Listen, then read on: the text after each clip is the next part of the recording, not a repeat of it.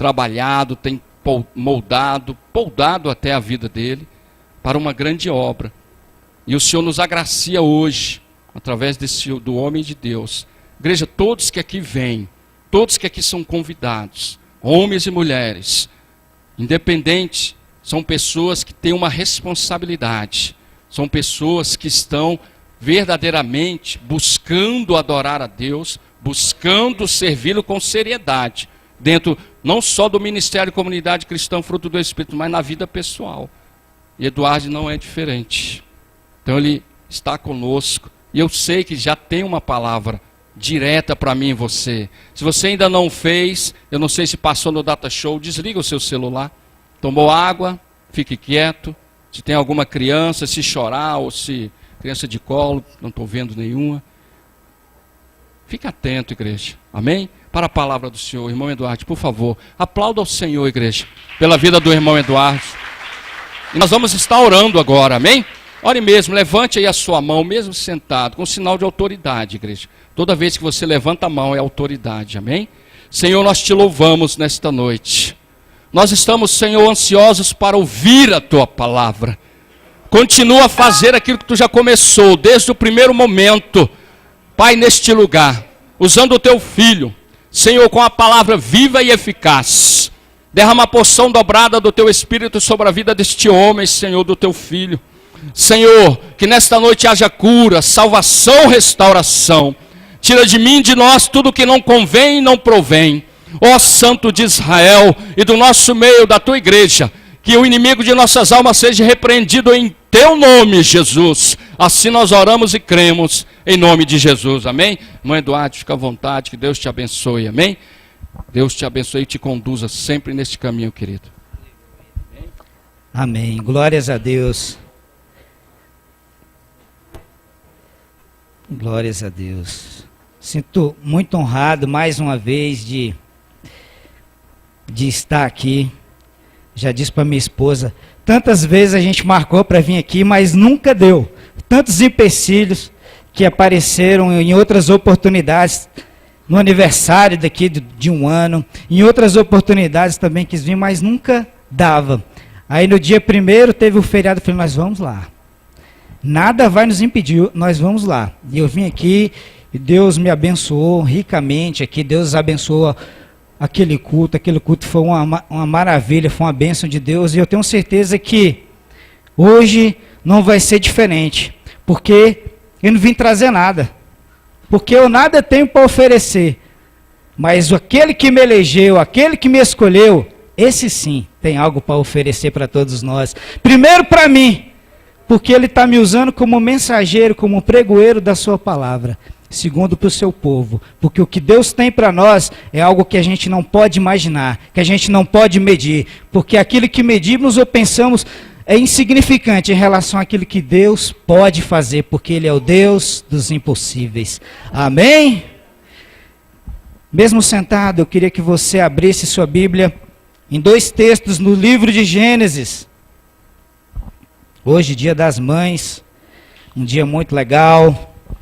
Eu, graças a Deus, louvo a Deus por ter minha mãe, quase 80 anos, ainda está viva, com saúde, tem mais saúde que eu. Fala para a mãe, a senhora me dá um banho de saúde, a senhora me dá um show de saúde. Minha mãe, desde quando eu nasci, minha mãe nunca ficou doente. Eu já fui para o hospital um monte de vezes. Eu falei, mãe, a senhora é guerreira. E eu tive com a minha mãe, com a minha sogra, já raptei minha mãe ontem, já dormiu lá em casa, já levei para casa da minha sogra hoje, fiquei com as duas lá, ô bênção, glória a Deus. Amém? Gênesis 21, verso 2 e Gênesis 30, verso 1. Se você quiser abrir logo os dois, se deixar aberto, deixa já marcado aí. Gênesis 21, verso 2 e Gênesis 30, verso 1. Enquanto você abre, eu quero fazer uma pergunta. Você já vai pensando aí enquanto você abre. Você é frutífero? Você, algumas, né? Você tem sido frutífero? Será que eu posso ser frutífero? Será que eu vou dar frutos? Será que eu vou frutificar? Guarda essas palavras aí. Durante o culto, Deus vai conversar com você. E você vai responder essas palavras para Deus, não para mim. Amém? Gênesis 21, verso 2, diz assim: E concebeu Sara e deu a Abraão um filho na sua velhice, ao tempo determinado. Repita comigo: ao tempo determinado. Que Deus lhe tinha falado. Agora, vá lá em Gênesis 30, verso 1.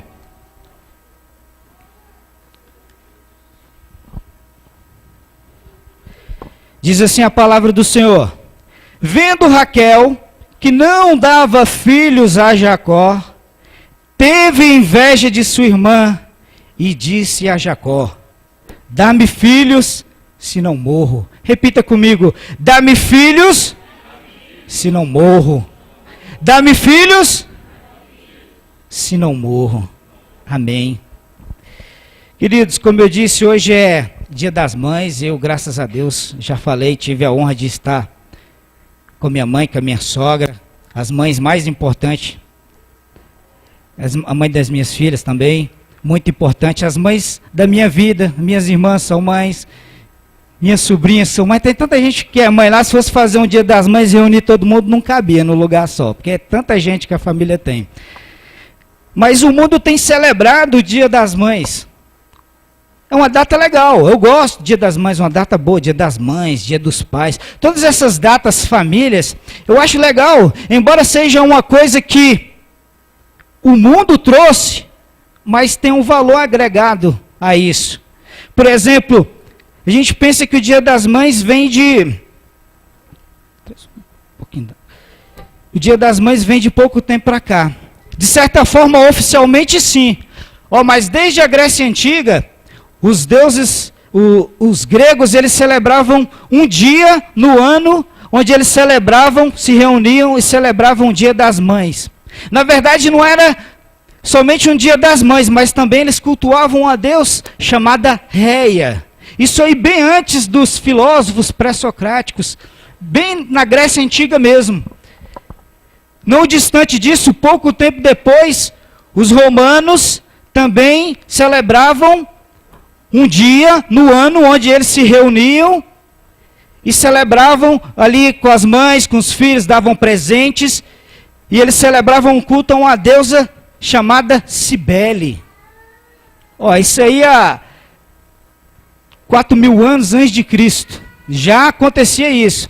Então o homem sempre teve a ideia de celebrar alguma coisa para sua mãe, de buscar algo para sua mãe, valorizando a figura da família, porque nada melhor para representar a figura da família do que uma mãe e um pai.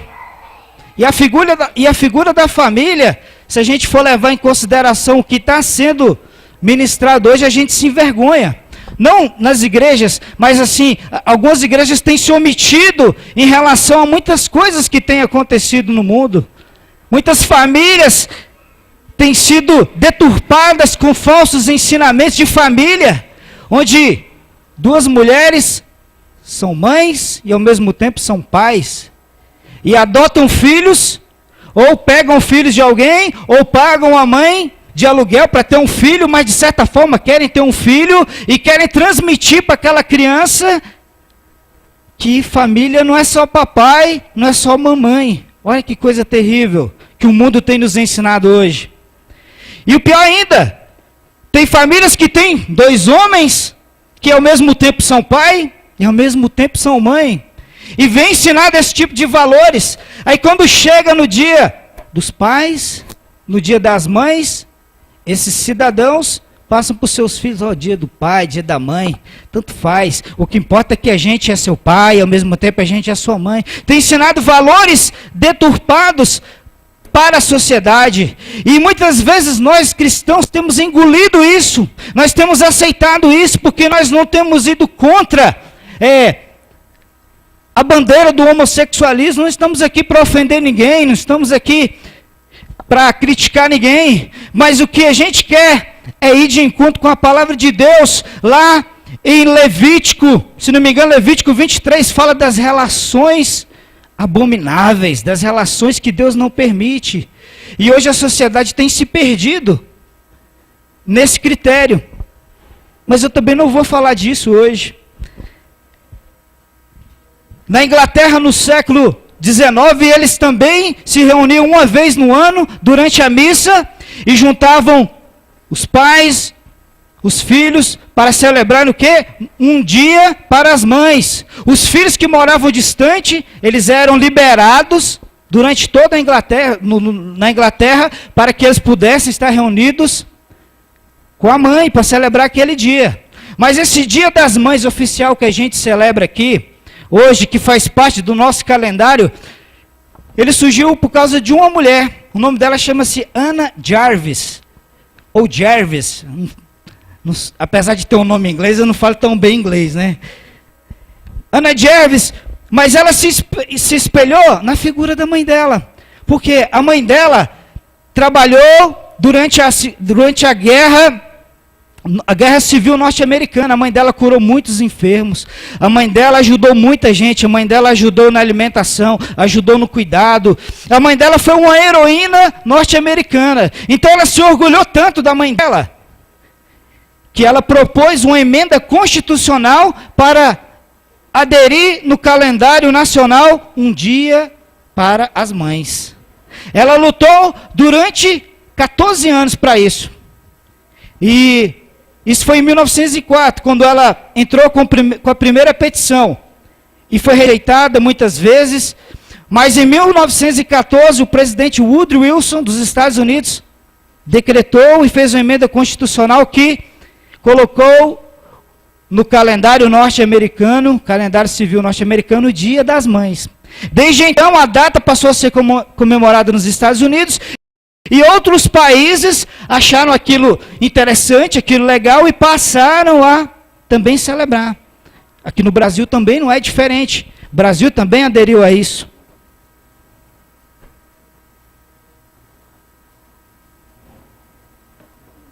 Embora eu tenha falado do Dia das Mães, eu quero falar de 3 mães na Bíblia, que nos ensinam, não nos ensinam somente coisas espirituais, mas elas nos ensinam muitas coisas da vida.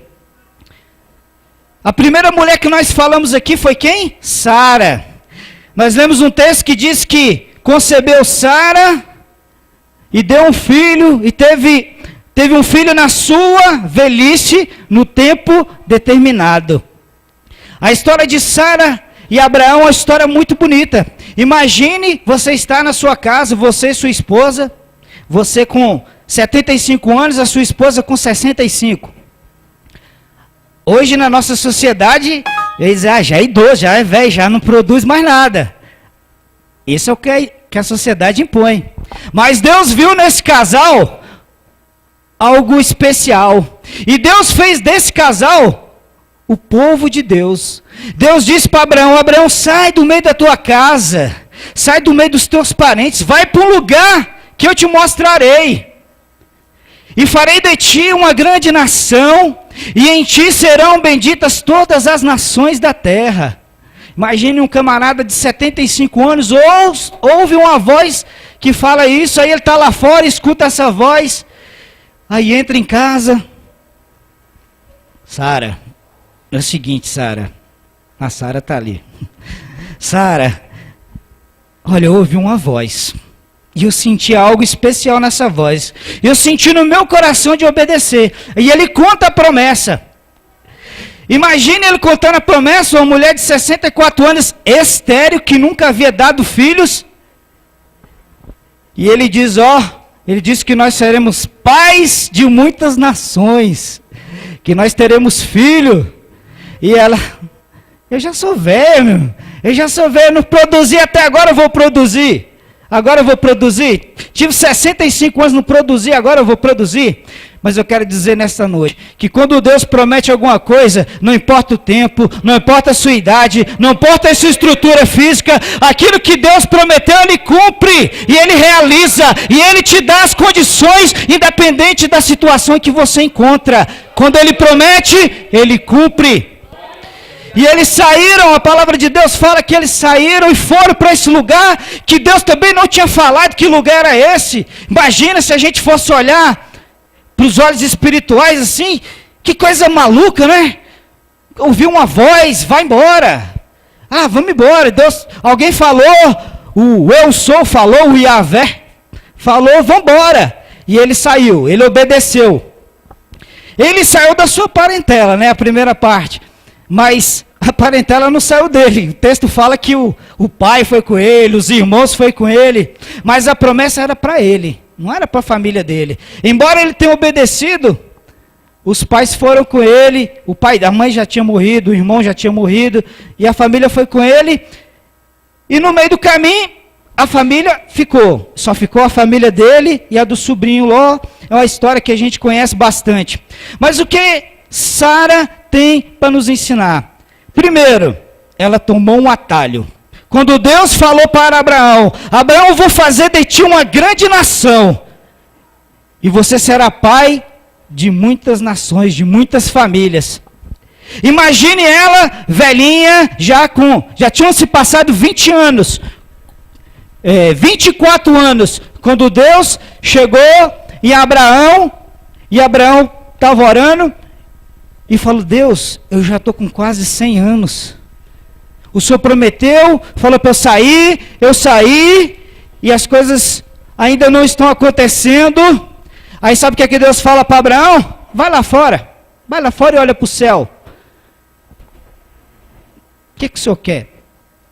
Estou conjecturando. Vai lá fora, não estou te falando, vai lá fora e olha para o céu. Aí ele foi lá para fora, olhou para o céu, e Deus falou com ele, conta essas estrelas aí. É impossível contar, não tem como eu contar. Pois é, do mesma quantidade que tem de estrelas aí, vai ser a tua posteridade. Aquilo que eu prometi para você é coisa grande, você vai receber isso. Aí depois ele chega em Sara e fala, Sara, você vai dar à luz daqui a um ano. Vamos dizer que é um ano, o texto não é bem claro em relação ao tempo, mas daqui a um período, no próximo ano você será mãe. E Abraão riu no seu coração, e Deus o repreendeu. Eu não prometi? Vai lá, meu filho, você vai ser pai. E Sara foi mãe um ano depois. Mas o que impediu Sara de receber a bênção? Não foi isso aqui não. Sabe o que foi? Ela pegou a sua serva e deu a Abraão. Ela quis antecipar a promessa. Ela falou, olha, eu vou te dar a minha serva Agar, para que você tenha um filho com ela, para que a sua semente prospere, seja próspera, e assim alcance a promessa de Deus. Sabe por que muitas coisas não acontecem na nossa vida? Porque nós queremos atravessar, nós queremos pular etapas na nossa vida, e as coisas, ao invés de acontecerem, elas vão retrocedendo, e a gente vai perdendo a bênção de Deus. Sara, quando ela escolheu Agar para dar um filho a Abraão, ela estava simplesmente colocando um freio na sua promessa. Por quê? Porque Deus não havia falado para ela tal coisa, ela fez do jeito que ela queria, ela quis dar uma ajudinha para Deus. Muitas vezes a gente quer se envolver em alguma coisa, ou algum relacionamento, e Deus diz, não é isso, não é aquilo, acho que não foi isso que eu preparei para ti, Deus quer algo melhor para ti, mas a pessoa está vislumbrada com aquilo ali, quer continuar e segue, quebra a cara. Por quê? Porque está seguindo a própria vontade, está escolhendo um atalho, está tentando antecipar a bênção, fazendo do jeito que a própria pessoa quer. Deus não age segundo o nosso querer, a não ser que seja o que está escrito lá em João 15:7. Se vós estiverdes em mim, e as minhas palavras estiverdes em vós, pedireis o que quiser. Não era o caso aqui. Que embora ela conhecesse a promessa, ela estava retardando a promessa.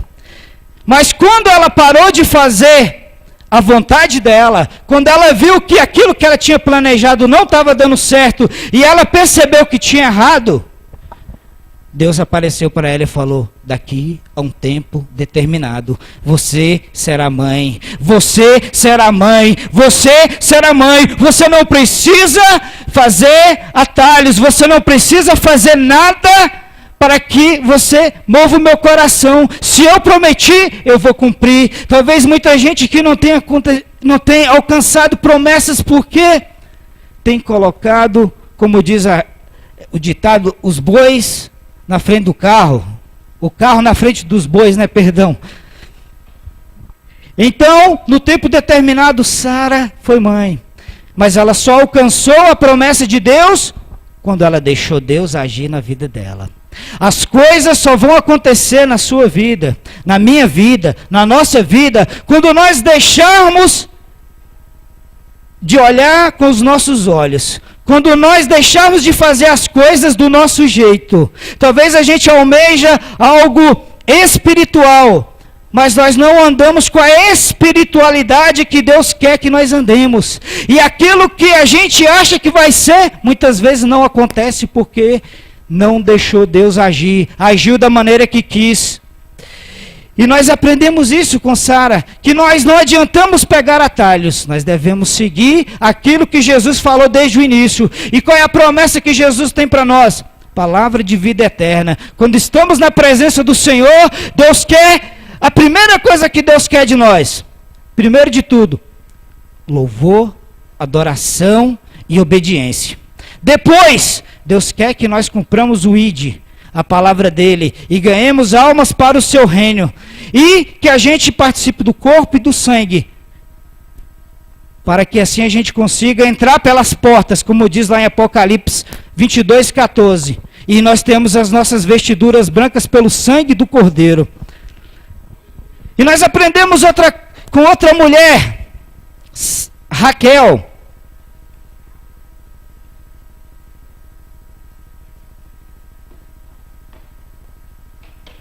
O texto diz em Gênesis 30, verso 1, vendo Raquel que não dava filhos, teve inveja. O que o texto diz? Teve o quê? Inveja. Inveja de sua irmã. E disse a Jacó, dá-me filhos, senão morro. Eu fico imaginando o desespero dessa mulher. Essa mulher aqui ralou para ter o marido dela. Primeiro o marido se apaixonou por ela. Trabalhou 7 anos para ficar com ela. Na hora de ficar com ela, o pai chega e dá a irmã mais velha. Ó, você vai ficar com essa primeira aqui. Porque aqui não se faz assim. Primeiro você fica mais velha. Lá na frente a gente pensa como é que vai fazer. E ele trabalhou mais 7 anos por Raquel. Ele trabalhou 14 anos para ter o amor dessa mulher. Ele foi perseverante, ele não desistiu. E a promessa do avô dele ia se cumprir nele. E estava se cumprindo. Ele teve 4 filhos, Rubem, Simeão, Levi e Judá, com Leia ou Lia, dependendo da sua tradução. E Raquel, o texto diz que ela teve inveja. Teve inveja. Sabe por que muita gente não rompe no ministério? Porque fica olhando para as circunstâncias, fica olhando para as situações, não consegue enxergar lá na frente Deus usando ela, não consegue enxergar lá na frente a glória de Deus. Por quê? Porque fica olhando para o lado, fica vendo isso, fica vendo aquilo, muitas vezes tem inveja disso, tem inveja daquilo. Enquanto nós tivermos inveja de alguma coisa, Deus não vai nos abençoar. Deus não vai abrir a sua mão para a gente, porque nós não estamos olhando com os olhos espirituais, nós estamos deixando as coisas acontecerem do nosso jeito. O que é pior, nós estamos indo contra a vontade de Deus, porque nós estamos com um sentimento ruim, e é isso que acontecia com Raquel. O texto diz que Jacó amava mais ela do que a Leia. Então Deus cerrou a madre dela, Deus impediu que ela desse filhos. E ela só foi alcançar a graça de Deus. O texto fala que ela disse para Jacó, dá-me filhos, senão morro. Sabe o que Jacó disse para ela? Minha filha, tu está pensando que eu sou quem? Por acaso eu estou no lugar de Deus para te dar um filho? Por acaso eu sou Deus para te auto-engravidar? Não, eu não tenho esse poder. Eu não tenho esse poder. O que nós aprendemos na Bíblia, querido, todas as vezes que a Bíblia fala de esterilidade, é Deus falando com mulheres. Embora tenha homens estéreis e mulheres estéreis, Deus está sempre falando com as mulheres. Talvez Deus quer que as mulheres sejam mais perseverantes, que elas não desistam do seu sonho, que elas corram atrás daquilo que é da vontade delas, segundo o que é a vontade de Deus. Não adianta eu querer fazer a minha vontade se a minha vontade não está de acordo com o que Deus quer. Então todas as vezes que a Bíblia fala de esterilidade, Deus está tratando com a pessoa que algo precisa ser modificado, algo precisa ser transformado, algo precisa ser arrancado do seu meio, que tem que ser arrancado da sua vida, das suas atitudes, para que as promessas de Deus se realizem. Quantos estão entendendo? Aplauda o Senhor, meus queridos. Glória a Deus. E as coisas só aconteceram na vida de Raquel quando ela parou de invejar a sua irmã. A situação foi a seguinte: a irmã engravidou 4 vezes, teve 4 filhos. Aí ela não conseguiu engravidar, pegou a serva dela, deu a serva dela para Jacó. Jacó teve 2 filhos com a serva. Aí a outra a Leia achando que já tinha parado de dar filhos, pega a serva dela e dá para Jacó. E Jacó mais 2 filhos com a outra serva. Aí de repente Deus deixa a outra engravidar de novo, a Leia. Aí ela teve mais 3 filhos, 2 homens e uma mulher. Ela sozinha deu metade dos filhos de Jacó, dos filhos homens de Jacó. Olha que mulher fértil, que mulher bênção. Mas por que Deus abençoou ela? Porque ela havia sido rejeitada. Muitas vezes nós estamos sendo rejeitados, até dentro de casa, e muitas vezes nós estamos também rejeitando, negligenciando algum parente nosso. Sabe quando é que a gente negligencia a nossa família? Quando nós andamos todo dia com a Bíblia debaixo do braço, dentro de casa. Não dá um bom dia, não dá uma boa tarde, não dá uma boa noite, não fala de Jesus, não fala de Deus, deixa a pessoa se perder, deixa a pessoa morrer, deixa a pessoa perecer. A Bíblia diz que se nós deixarmos de pregar a palavra para alguém, nós tendo a oportunidade, Deus irá cobrar de nós aquela vida. Está lá em Ezequiel. Deus vai cobrar de nós aquela vida, se nós não pregarmos a palavra. Sabe qual é o grande problema da igreja hoje? A esterilidade espiritual. Eu usei mães aqui como exemplo, mas Deus quer que nós sejamos pais e mães espirituais, que nós preguemos a palavra a tempo e fora de tempo, que nós nunca venhamos a desistir de salvar alguma vida, porque não somos nós que vamos salvar, nós não temos a capacidade de convencer. A Bíblia diz que é o Espírito Santo que vai convencer o homem da justiça, do juízo e do pecado. É Ele que fará a gente lembrar da palavra de Deus para falar aquilo que é certo, aquilo que é correto, aquilo que está na Bíblia. E é isso que tem acontecido muitas vezes dentro das igrejas, uma esterilidade espiritual. As pessoas não falam de Jesus, as pessoas estão se omitindo, as pessoas têm vergonha. Muita gente vem para a igreja e não traz Bíblia, usa uma Bíblia camuflada, disfarçada, com a capa diferente, parecido com a agenda. Ou uma Bíblia pequenininha que cabe no bolso, que é escondida aqui. Ou então, uma Bíblia que está no celular. Todas as vezes que nós fazemos isso, nós estamos sendo estéreis. Estéreis. Sabe por quê? Porque o grande mandamento que Jesus deu para nós foi o ide. Está lá em Mateus, capítulo 28, diz: ide por todo mundo, pregar o evangelho a toda a criatura, fazei discípulos, batizando-os o quê? Em nome do Pai, do Filho e do Espírito Santo. Quando nós negligenciamos aquilo que está determinado na palavra de Deus, nós estamos sendo estéreis espiritualmente. E sabe o que acontece quando a gente é estéril espiritualmente? As coisas também não rompem na nossa vida. Da mesma forma que não rompia na vida de Sara, porque estava tentando pegar atalhos para a bênção chegar na vida dela, na vida do marido dela, da mesma forma que estava acontecendo na vida de Raquel, quando ela estava olhando para a vida dos outros, não estava se preocupando com a vida dela, com os compromissos que ela deveria ter, as coisas não aconteceram. E da mesma forma somos nós, se nós não falarmos de Jesus, se nós não falarmos que Jesus cura, que Jesus salva, que Jesus transforma, que Jesus liberta, nós estamos sendo omissos e a palavra de Deus não está em nós. Por quê? Mas nós estamos sendo falsos, nós não estamos vivendo a verdade de Deus e nós não estamos cumprindo um mandamento dele, nós não estamos cumprindo uma promessa dele, que é de salvação para todos aqueles que creem.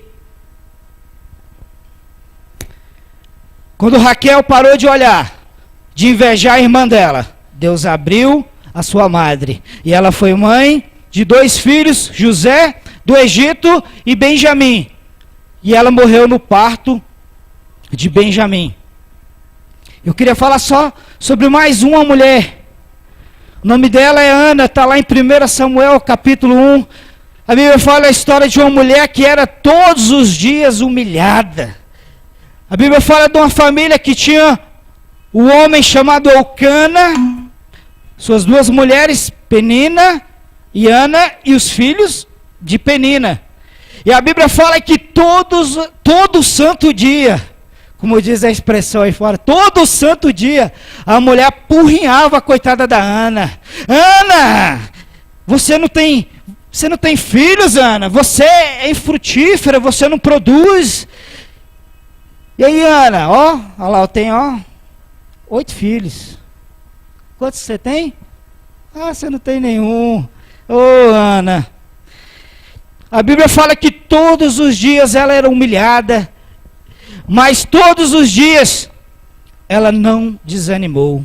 Talvez você esteja passando por essa situação. Talvez você não vê as coisas acontecer na sua vida. Talvez você tenha passado humilhações no seu trabalho, porque você está falando a palavra de Deus, porque você está buscando salvar as vidas naquele lugar, ou na sua faculdade, ou no seu colégio, ou na sua casa, ou na sua comunidade, porque Ana procurava fazer a vontade de Deus. Embora ela fosse humilhada todos os dias, mas todos os dias ela estava na presença de Deus e ela não desanimou do seu sonho. Então Ana era humilhada o tempo todo, mas ela não deixava de fazer sacrifícios a Deus, ela não deixava de buscar a presença de Deus. E é isso que nós devemos fazer, queridos, embora as situações da vida, as circunstâncias da vida, elas venham nos ferir, elas venham nos machucar, elas venham nos impedir de conquistar muitas coisas, nós não vamos desfalecer, porque aquele que nos chamou, aquele que nos convocou, é aquele que vai nos salvar, é aquele que vai nos curar, é aquele que vai nos transformar, e é também aquele que vai nos usar para ganhar almas para o reino de Deus. Glória a Deus, aplauda ao Senhor, queridos.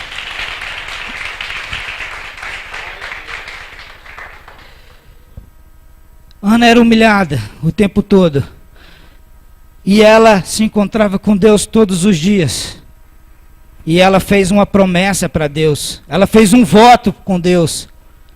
Senhor, se tu me abençoares e me der um filho, eu te darei esse filho para que seja sacerdote do Deus vivo e sirva todos os seus dias na presença do Senhor. E a Bíblia fala, o texto fala, continua que ela conseguiu alcançar a graça de Deus, ela conseguiu alcançar a bênção de Deus. Por quê? Porque ela não deixou as circunstâncias do dia a dia atrapalharem a situação dela, atrapalharem a vida dela. Talvez você tenha uma promessa do ministério muito grande, um ministério de louvor, um ministério da palavra, um ministério de ensino, um ministério diaconal, mas muitas vezes você fica aí tímida, parada aí no seu banquinho, na sua cadeira, não se dispõe. Às vezes a igreja está com 2, 3 diáconos aqui precisando de alguém para entregar envelope, ou para fazer isso, ou para fazer aquilo, uma água cai lá no banheiro, lá atrás, aí não tem, um irmão tem que sair daqui, está trabalhando, tem que ir lá pegar um pano, enxugar, limpar, e muitas vezes você está lá do ladinho, não faz nada. Romper ministerialmente significa não olhar para as circunstâncias, é olhar para Deus e deixar Deus usar. Enquanto a gente não se dispor, a gente ficar sentado o tempo todo, Deus não vai nos usar.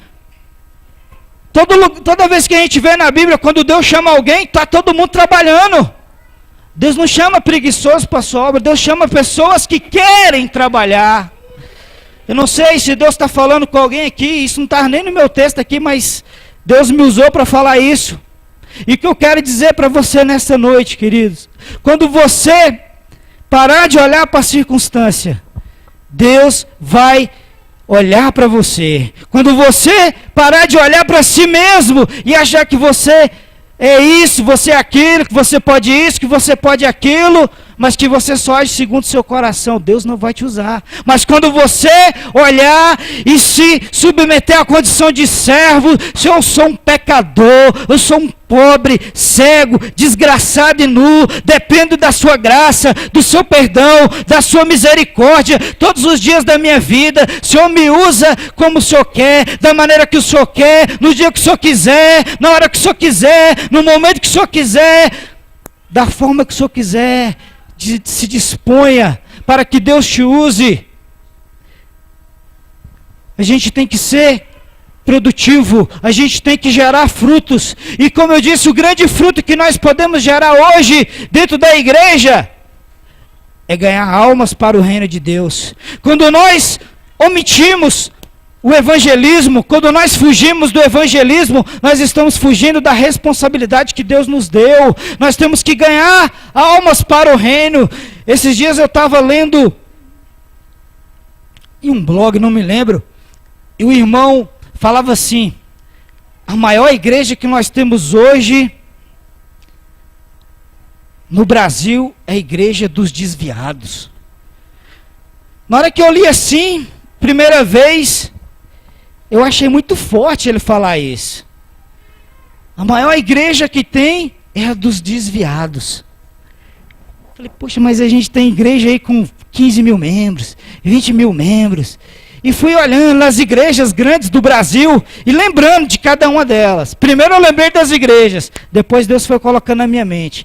Cada pessoa que eu conhecia, cada colega de trabalho que eu tive, cada colega de escola que eu tive, cada pessoa que eu conheci que era da minha rua, cada parente meu que estava fora da igreja, que um dia era da igreja, e fui lembrando de irmãos que estavam dentro da igreja, uns eram diáconos, outros eram obreiros, alguns eram pastores, e Deus foi me lembrando de cada um deles, e eu parei e não aguentei, aí fui orar, não Deus, só tem alguma coisa para me falar nisso aqui. A maior... Eu fui e analisei o texto dele. Por que ele disse que é a maior igreja? Porque a Bíblia diz que quando a pessoa está na presença de Deus e ela começa a se afastar, é como ela sair da presença de Deus. É uma fogueira. A presença de Deus é uma fogueira que é representada pelo Espírito Santo. Vamos dizer assim, a pessoa está aqui quentinha o tempo todo. A fogueira nunca vai se apagar. A chama nunca vai se apagar, porque é o amor de Deus pelo pecador. Mas de repente a pessoa vai se afastando da fogueira, vai se afastando, e vai virando a brasa vai virando cinza, e de repente vem o diabo e ó, o que acontece quando a gente pisa numa cinza? Evapora tudo. Evapora tudo. É isso que o diabo tem feito com muitas vidas. A pessoa está na igreja, mas ela não quer ter um compromisso com as coisas de Deus. Muitas vezes ela fica o tempo todo sentada, ela vem em todos os cultos, ela participa de tudo. Mas ela participa como se fosse uma coisa obrigatória. Eu tenho que ir para a igreja domingo, eu tenho que ir na escola dominical, eu tenho que ir no culto à noite.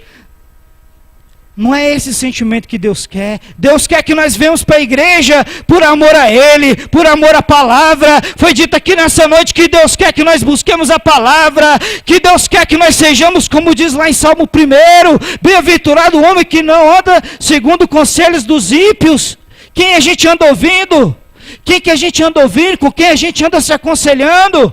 Aí ele diz que não se detém no caminho dos pecadores. Com quem que a gente está andando? Será que as pessoas que a gente tem andado têm nos afastado de Deus ou têm nos atraído para Deus?